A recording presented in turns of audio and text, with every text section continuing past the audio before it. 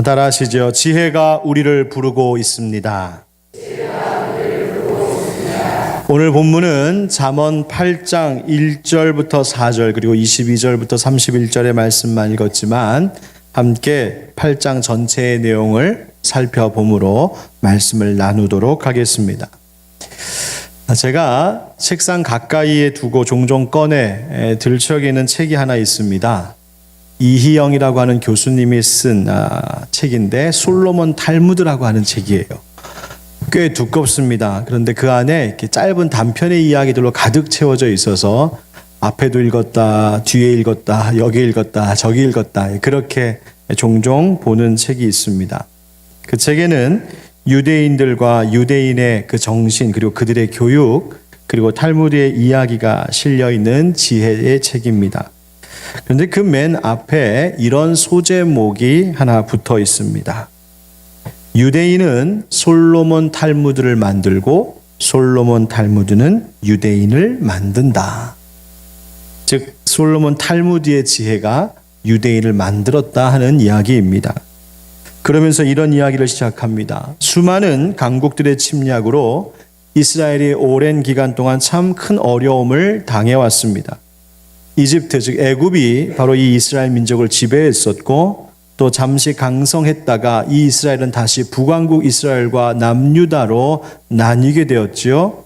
그러다가 아시리아인 즉 성경에는 아수르라고 되어 있는 그 민족이 바로 이 북이스라엘과 남유다를 침략하여 북이스라엘은 멸망하게 됩니다. 남아있는 남유다도 곧 바벨론에게 침략을 당하고 멸망하게 됩니다. 그 이후에도 이스라엘은 성경에 바사라고 되어 있는 바로 페르시아 제국의 지배를 받고 또 그 다음으로는 알렉산더의 헬라 제국의 정복을 당하게 됩니다.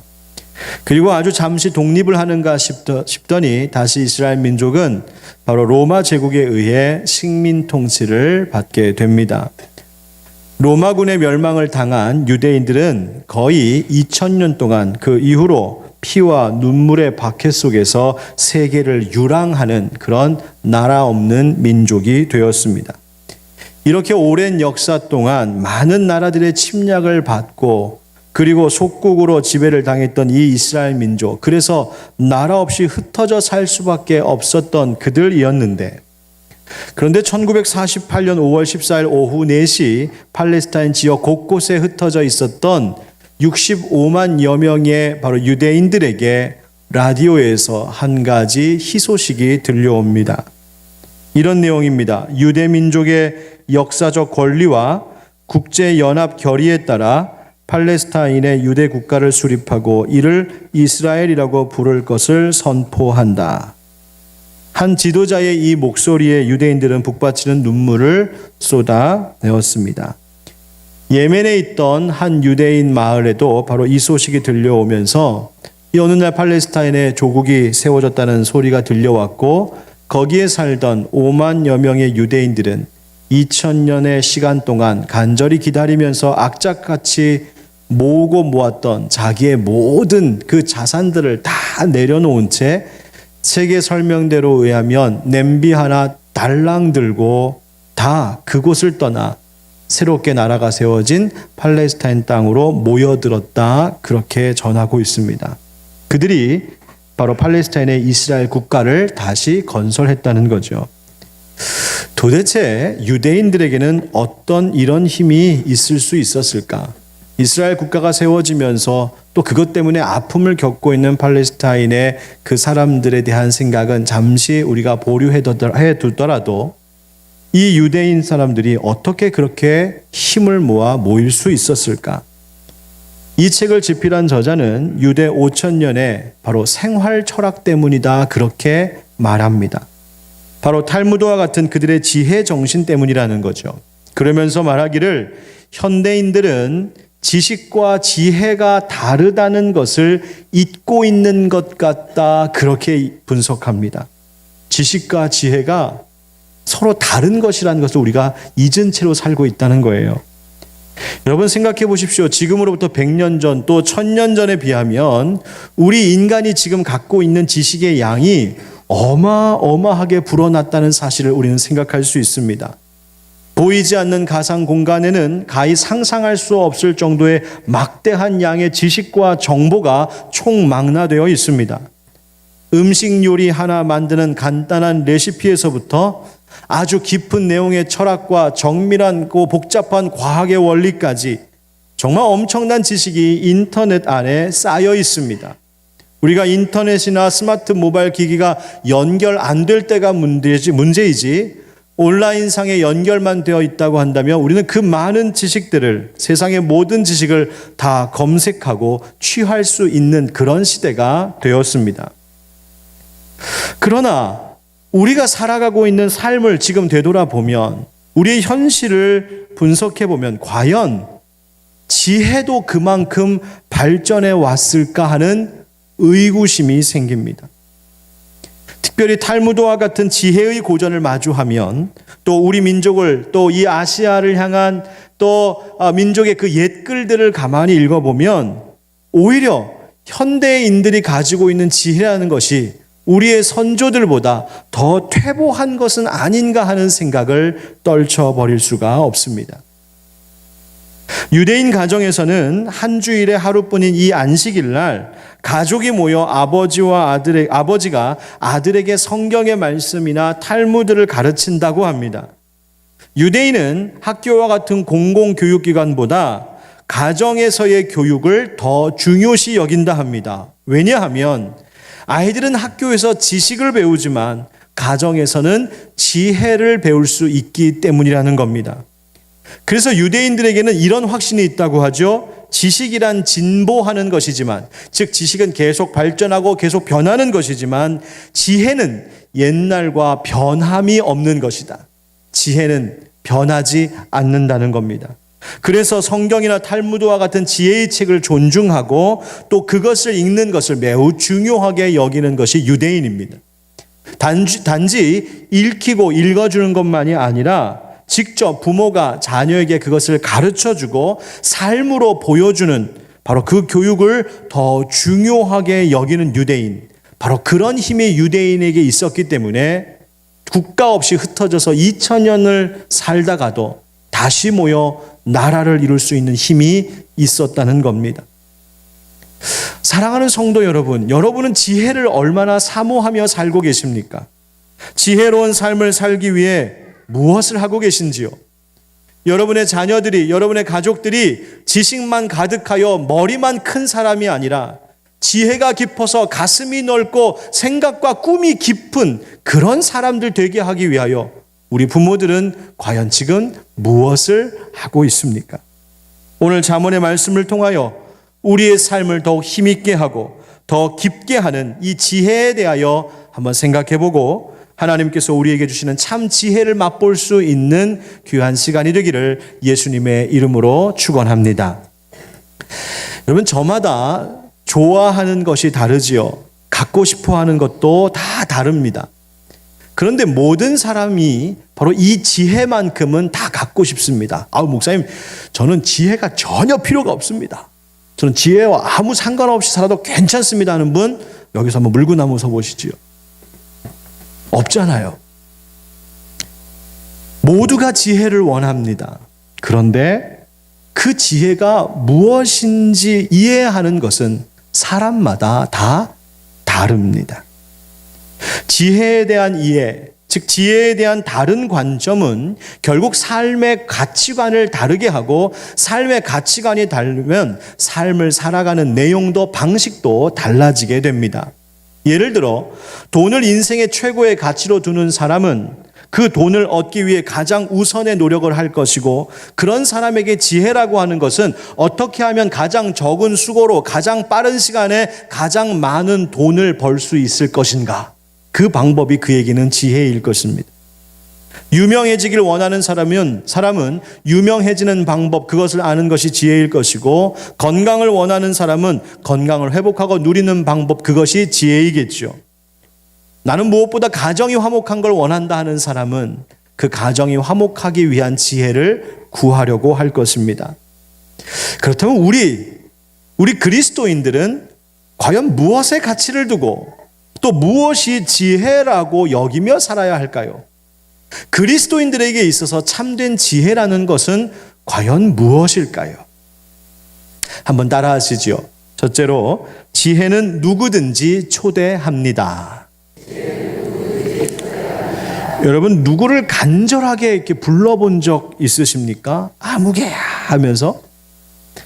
저희 아이들 중에 잠꼬대를 좀 심하게 하는 한 녀석이 있습니다. 얘가 잠꼬대를 하면요, 갑자기 자다가 한밤중에 아빠, 엄마 아주 차분하게 막 부릅니다. 너무 리얼하게 불러서 자다가 부르니까 깜짝 놀라잖아요. 그래서 벌떡 일어나 무슨 일이야 하고 가보면 꿈길을 헤매고 있습니다. 잠꼬대예요. 여러분, 잠꼬대에도 아이가 부르는 소리에 벌떡 일어나서 가보는 것이 부모의 마음입니다. 어린아이들, 어린 애기들, 아직 젖을 먹거나 우유를 먹는 갓난 아이를 키우는 부모님들도 그렇지요. 아무리 부모가 졸려 피곤해 쓰러져 자다가도 아기가 칭얼거리거나 조금만 우는 소리가 들리면 벌떡 일어나서 얘가 좀 배가 고픈가, 뭐가 불편한가, 그렇게 들여다보기 마련입니다. 어떻게 그럴 수 있을까요?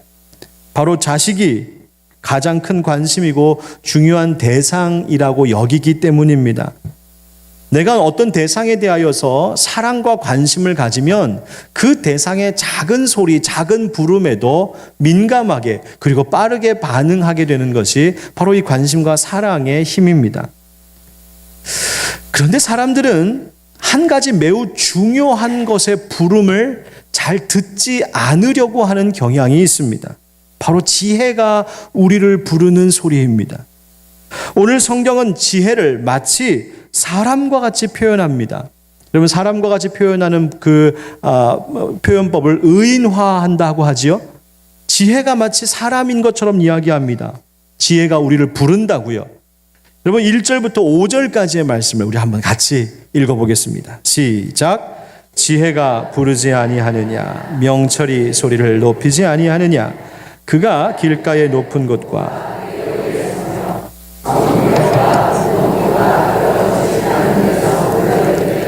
사람들아, 내가 너희를 부르며 내가 인자들에게 소리를 높이노라.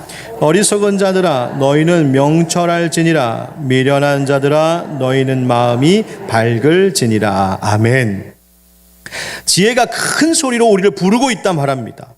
다른 말로 명철이 소리를 높이고 있다고, 지혜와 명철이 우리를 지금 불러 초청하고 있다는 겁니다. 제발 나에게로 좀 와서 내가 하는 말을 좀 들어보라고 지혜와 명철이 우리를 그렇게 초대하고 있다는 말이에요. 그래서 5절에는 이렇게 말합니다. 어리석은 자들아, 명철할지니라. 무슨 뜻인가요? 명철이라고 하는 것은 총명하고 사리가 밝아서 무엇을 잘 분별하는 것을 의미합니다.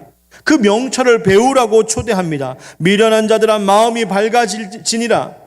이 마음이 어두워지면 어떻게 됩니까? 바른 분별력 갖지 못하지요. 앞길을 볼 수가 없습니다. 그런데 지혜와 명철은 우리의 마음을 밝게 해서 바르게 보고 바르게 판단할 수 있도록 도와준다는 겁니다.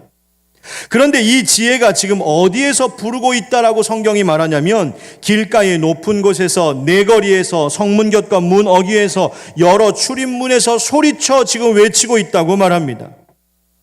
여러분, 지혜는 결코 은밀한 것이 아닙니다. 지혜는 고등교육을 받거나 뛰어난 학식을 갖거나 비상한 지능을 가진 사람들만이 소유하는 것이 지혜가 아닙니다. 지혜는 마치 사람들이 다 볼 수 있는 길가, 그 높은 곳, 모든 사람이 다 들을 수 있는 그 내거리, 수많은 사람들이 오고 가는 성문 곁과 같은 그런 곳에 있는 것이 지혜라는 것입니다. 지혜는 그것을 사모하는 누구에게나, 어떤 사람에게나 이 지혜는 주어지고 열려 있다는 말입니다. 1960년대 경남 산천 시골 농촌에 한 가난한 집이 있었습니다. 집안 형편도 넉넉지 않은데 하나 있는 아들 공부시키겠다고 이 중학생으로 이제 올라가고 있는 이 하나 있는 아들 대구로 유학을 보냈습니다. 그래서 이 아들이 대구에 있는 중학교에 입학을 했고 1년을 다녔어요. 그런데 너무 공부가 하기가 싫어갖고 이 아들이 대충 1년을 보내다 보니 1학년 마지막에 성적표를 받았는데 68명 중에 68등을 해버렸습니다. 부끄러운 성적표를 가지고 고향을 다시 내려가야 되는데 이 아들의 마음에 이 성적표 아버지 앞에 내밀 면목이 없는 거예요. 아버지, 당신께서 공부 못하신 것 한 줌 풀어보고 싶어서 없는 형편에 열심히 모아서 그 돈으로 대구로 아들 유학 보냈는데 도대체 이것이 어떻게 된 것인가, 이 아들이 못 견딜 만큼 그렇게 부끄러웠던 것이죠. 그래서 이 아들이 아버지를 만나기 전에 머리를 굴립니다. 소위 JQ라고 하는 잔머리를 굴리기 시작합니다. 그 68명 중에 68등이라고 하는 그 68을 과감하게 지워버리고 한 20, 30등쯤 적었으면 좋았을 걸 1등으로 확 거버렸습니다. 1등짜리 성적표를 두고 이제 이 아버지께 내밀었습니다. 아마 나이 많은 노인이신 아버지가 못 알아차릴 거야, 그런 심산이었겠죠. 아들이 왔다는 소식이 동네에 퍼졌습니다. 동네 사람들이 아버지에게 묻지요. 어째 아들이 공부는 잘했더냐? 그러자 아버지가 대답합니다. 글쎄, 앞으로 봐야지. 이번에는 어쩌다가 1등을 했는가 봐. 그래, 아따, 자식 하나 잘 뒀네. 그럼 잔치를 벌여야지. 그래서 잔치가 벌어졌습니다. 아들이 다음날 물에서 놀다가 집에 돌아와 봤더니 그 집안에 있는 보물 1호 한 마리, 돼지 한 마리 있는 거를 그냥 잡아다가 온 동네 사람들과 잔치를 벌였습니다. 아들이 이 사건을 보고 가슴이 터질 것 같았습니다. 가슴이 철렁 내려앉았습니다. 동네 사람들과 잔치 벌이고 있는 모습 보면서 이 아들은 그 죄송한 마음에, 부끄러운 마음에 이대로 그냥 콱 가서 죽어버릴까 물속에 머리를 쳐박기도 했습니다. 이때 엄청난 충격을 받은 이 아들, 머릿속에서 이 이야기가 떠나질 않습니다. 우리 아버지가 나 때문에 돼지를 잡았다. 이 생각이 떠나지 않는 이 아들이 그로부터 17년 후에 대학 교수가 되었습니다. 그리고 이 아들의 아들이, 즉 중학생이 될 때, 즉 손주가 중학생이 될 때 30여 년 전에 그 일을 아버지에게 사과하려고 이 말을 꺼냈습니다. 아버지, 저 중학교 1학년 때 1등 한 거요. 그랬더니 아버지가 이렇게 대답합니다. 안다. 고마해라. 손주 듣는다. 경북대 총장을 지낸 박천석 교수의 이야기입니다. 그가 남긴 마지막 말이 이런 말이에요. 나의 위조한 성적을 알고도 재산 목록 1호인 돼지를 잡아 잔치를 하신 부모님 마음을 박사이고 교수이고 대학 총장인 나는 아직도 감히 알 수가 없습니다. 박사인데, 교수인데, 총장인데, 그렇게 뛰어난 지식을 가지고 있는데 그런 자신의 시골 촌부의 마음, 그 나이 많은 아버지의 지혜는 결코 따라갈 수 없더란 말입니다. 그렇습니다. 지혜는 지식과 달라서 학식이 뛰어나거나 머리 좋은 사람에게만 찾아오는 것이 아닙니다. 지혜는 사방에서 들려오는 것입니다. 누구에게나 찾아오는 것이 지혜입니다. 다만 그 지혜를 얼마나 사모하고 그 지혜를 듣고자 하느냐에 달려 있는 것이란 거죠. 그렇다면 어떤 지혜입니까? 성경은 우리에게 그 어떤 지혜보다 바로 예수 그리스도의 진리라고 하는 지혜를 우리에게 전해주고 있습니다. 청력을 잃으면 아무리 누가 옆에서 큰 소리로 말해도 그 소리가 들리지 않는 것처럼 영적인 기능, 영적인 귀의 기능을 잃어버린 사람들은 아무리 내 곁에서 예수 그리스도의 진리의 소리가 크게 들려와도 그것을 듣지 못합니다. 사방에서 지혜가 부르듯이 하나님은 여러 가지 다양한 방법으로 우리 주님이라고 하는 진리를 듣게 하셨습니다. 누구나 들을 수 있게 하셨습니다. 요한복음 18장 20절에도 예수님 말씀하시기를 내가 드러내놓고 세상에 말하였노라. 모든 유대인들이 모이는 회당과 성전에서 항상 가르쳤고 은밀하게는 아무것도 말하지 아니하였다 말씀하셨죠. 예수님은 어떤 진리를 우리에게 지혜를 전해줄 때 비밀스럽게 못 알아듣게 말씀하지 않으셨습니다. 지금도 하나님은 우리에게 성경 말씀을 통하여, 설교를 통하여, 교회와 복음 전도자들을 통하여, 때로는 역사를 통하여, 사회 현상을 통하여, 심지어 시골 촌부를 통하여 아직 말도 제대로 못하는 한 어린 아기의 울음소리를 통하여서도 하나님은 지금도 우리에게 말씀하십니다. 우리에게 지혜를 전해주고 계십니다. 그럼에도 세상 사람들은 그 지혜를 알아듣지 못합니다. 왜요? 그 지혜를 들으려 하지 않기 때문입니다. 사랑하는 성도 여러분, 세상의 지식, 세상의 물질보다 지혜를 더욱 듣고 구하는 여러분 되시기를 간절히 바랍니다. 오늘 잠언 8장 10절과 11절에 이렇게 말합니다. 우리 함께 읽어보죠. 너희가 은을 받지 말고 나의 훈계를 받으며 정금보다 지식을 얻으라. 대저 지혜는 진주보다 나음으로 원하는 모든 것을 이에 비교할 수 없음이니라. 아멘. 사랑하는 형제자매 여러분, 지혜는 누구에게나 찾아와 우리를 초대합니다. 지혜 있는 사람이 되기를 사모하십시오. 지혜가 부르는 소리에 응답하십시오. 지혜와 명철이 우리를 부르는 소리에 반응할 때 그 마음 밝히 빛이 날 것이고 그 밝아진 마음으로 복된 길 걸어가는 여러분 되시기를 예수님의 이름으로 축원드립니다. 두 번째로 따라하시죠. 지혜는 삶을 새롭게 합니다. 그렇다면 그 지혜의 구체적인 것이 과연 무엇일까? 도대체 뭐가 지혜라는 것일까요? 성경 곳곳에 지혜에 대해서 이렇게 말합니다. 시편 111편 10절에는 여호와를 경외함이 지혜의 근본이라. 그의 계명을 지키는 자는 다 훌륭한 지각을 가진 자이니 여호와를 찬양함이 영원히 계속되리로다 말하고 노래합니다. 잠언 9장 10절에도 여호와를 경외하는 것이 지혜의 근본이요 거룩하신 자를 아는 것이 명철이라고 말합니다.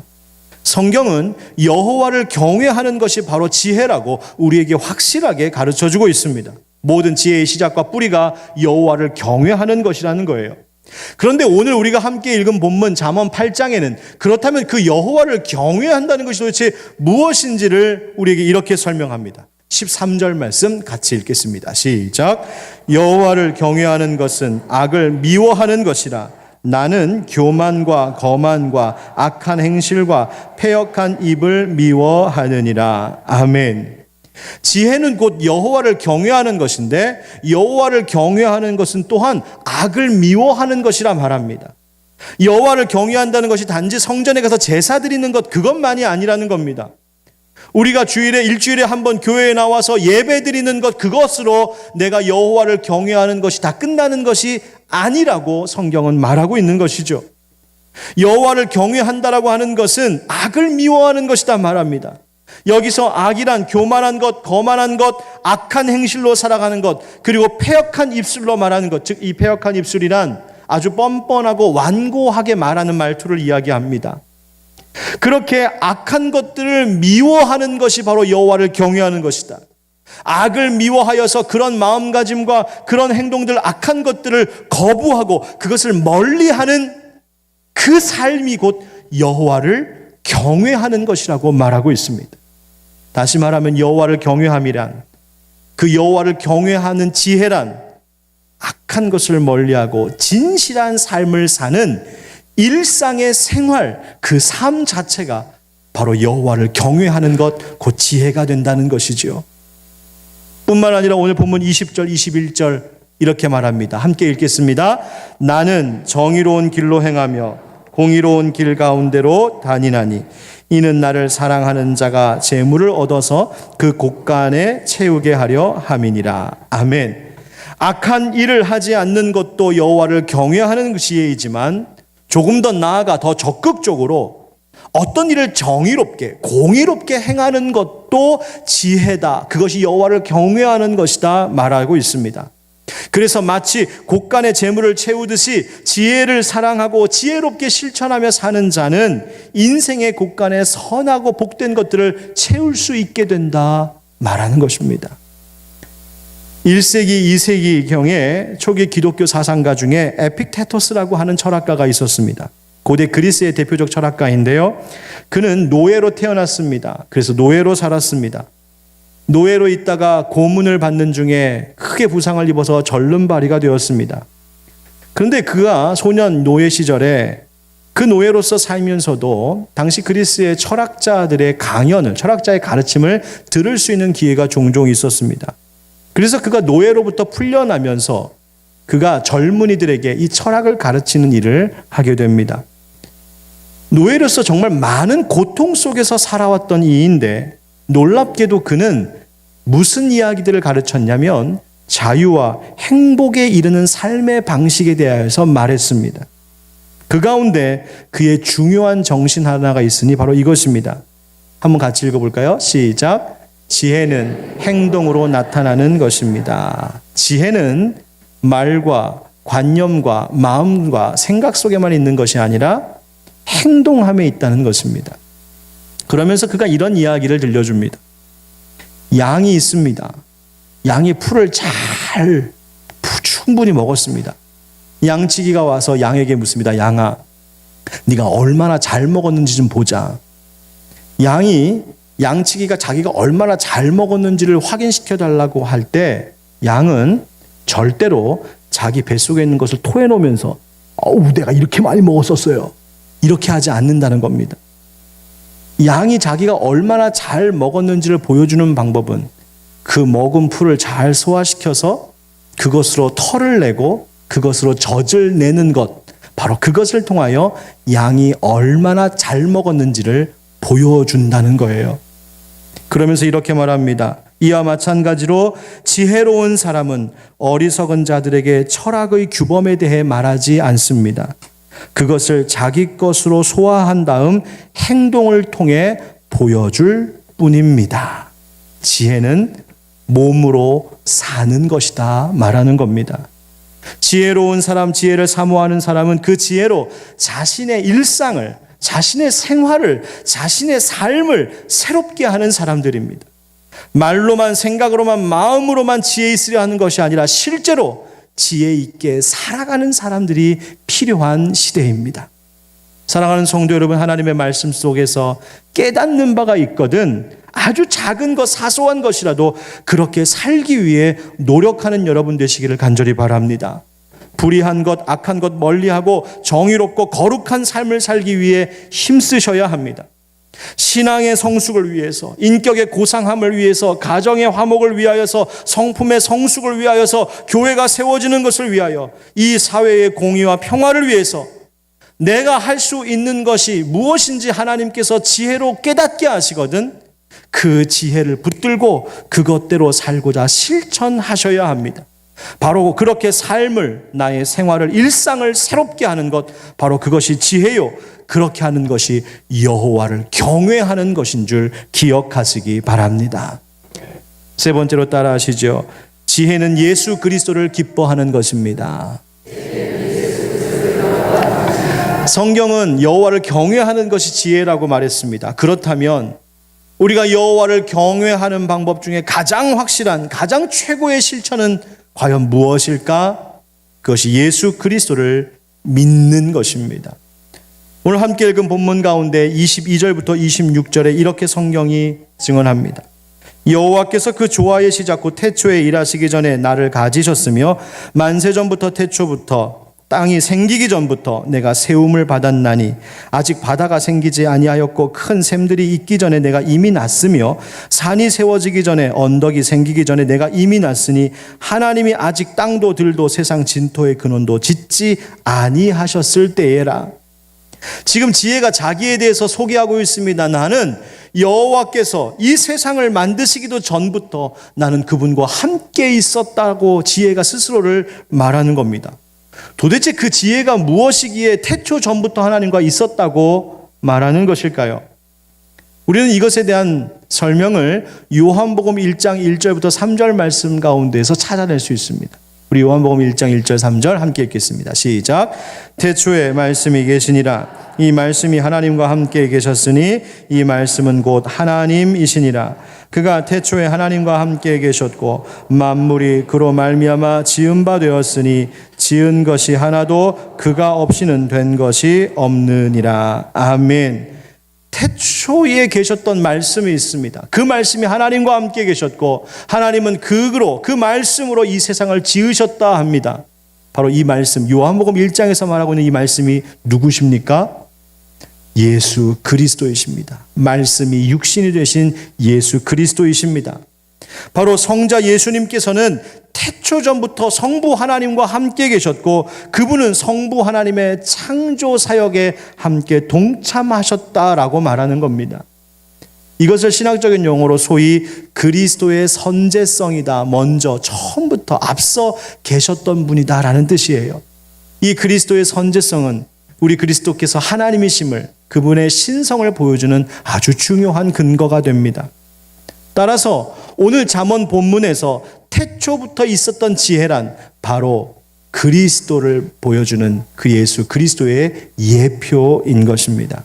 성경은 이 세상의 어떤 지혜보다도 하나님께서 우리에게 보내주신 예수 그리스도 그분이 우리의 가장 최고의 지혜요 참된 지혜라고 말씀하십니다. 27절에 하나님이 하늘을 지으시고 궁창을 해변에 두르실 때 그리스도께서 함께 계셨다 말합니다. 29절에는 하나님이 바다를 두시고 땅의 기초를 정하실 때 그때도 그리스도께서 함께 계셨다고 말합니다. 그리고 사람을 흙으로 지으실 때에도 나를 지으실 때에도 그리스도께서 함께 계셨다 말합니다. 그래서 30절 31절에 이렇게 지혜가 말하고 있어요. 우리 함께 읽겠습니다. 내가 그 곁에 있어서 창조자가 되어 날마다 그의 기뻐하신 바가 되었으며 항상 그 앞에서 즐거워하였으며 사람이 거처할 땅에서 즐거워하며 인자들을 기뻐하였느니라. 아멘. 우리 그리스도께서 창조에 동참하시고 하나님과 함께 즐거워하셨고 특별히 이 땅에 지으시고 살게 두신 사람들을 바라보면서 기뻐했다라고 말합니다. 그렇습니다. 사랑하는 성도 여러분, 무엇이 지혜인가요? 바로 우리를 지으시고 그 창조와 함께 하신 그리스도, 그분이 지혜요. 그분이 우리를 기뻐하셨듯 우리도 참 지혜 되신 예수 그리스도를 믿고 그분을 따르며 그분을 날마다 기뻐하는 것이 인생의 최고의 지혜라는 사실을 명심하시기 바랍니다. 바울도 그래서 말했습니다. 오직 부르심을 받은 자들에게는 유대인이나 헬라인이나 그리스도는 하나님의 능력이요 하나님의 지혜이니라. 오늘은 삼위일체 주일입니다. 성부, 성자, 성령 거룩하신 성삼위일체 하나님 그분을 믿고 그분과 우리도 연합하기를 원하고 결단하는 바로 그런 주일이 오늘 삼위일체 주일입니다. 성부, 성자, 성령께서 주시는 바로 지혜를 통하여 우리는 그분들과 하나 될 수 있습니다. 여러분, 하나님께서 주시는 지혜를 사모하십시오.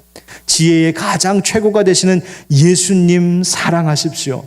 그분을 붙들고 그분처럼 살고자 애쓰십시오. 그러면 우리의 삶이 정금보다 귀하여지고 꽃보다 향기로운 삶이 될 줄 믿습니다. 예수님 믿는 지혜 있는 삶을 살아가는 우리 모두가 되시기를 예수 그리스도의 이름으로 축원드립니다. 아멘. 기도합시다.